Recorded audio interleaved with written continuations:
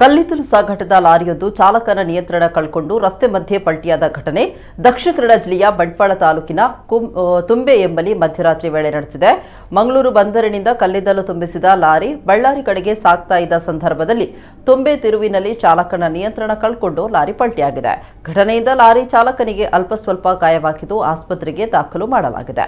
ಘಟನೆ ನಡೆದ ಬಳಿಕ ಕೆಲ ಗಂಟೆಗಳ ಕಾಲ ರಸ್ತೆಯಲ್ಲಿ ಸಂಚಾರಕ್ಕೆ ಅಡ್ಡಿಯಾಗಿದ್ದು ಮೆಲ್ಕಾರ್ ಟ್ರಾಫಿಕ್ ಠಾಣಾ ಪೊಲೀಸರು ಲಾರಿ ತೆರವುಗೊಳಿಸಿ ಸಂಭಾವ್ಯ ಅನಾಹುತ ತಪ್ಪಿಸಿ ಸುಗಮ ಸಂಚಾರಕ್ಕೆ ಅವಕಾಶ ಮಾಡಿಕೊಟ್ಟಿದ್ದಾರೆ.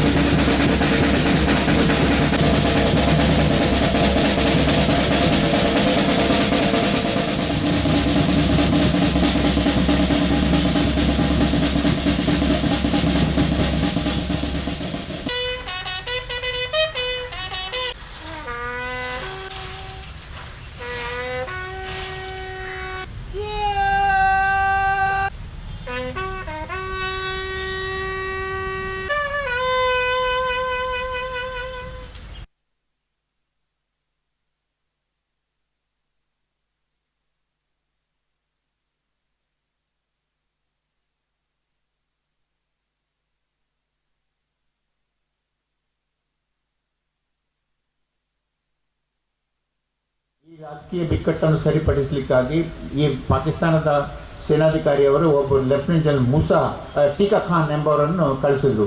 ಈ ಲೆಫ್ಟಿನೆಂಟ್ ಟೀಕಾ ಖಾನ್ ಇದ್ದಾರಲ್ಲಿ ಇವರಿಗೊಂದು ಬಿರುದಾವಳಿತ್ತು. He was known as butcher of Balochistan.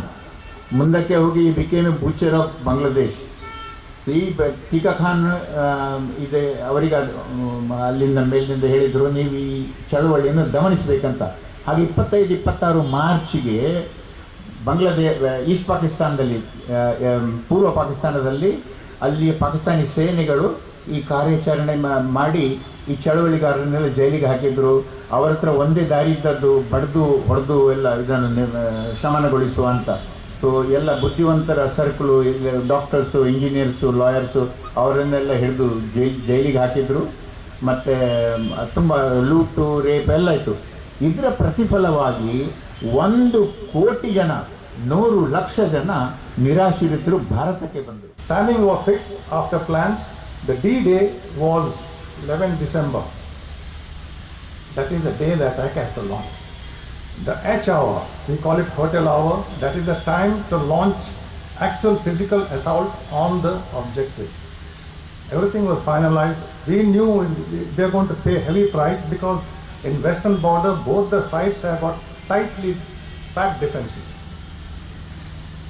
At 7 o'clock in the evening, as dusk fell, we quietly moved into a huge mango grove next to a destroyed and vacated village. That is known as assembly area. In assembly areas, certain acts are carried out.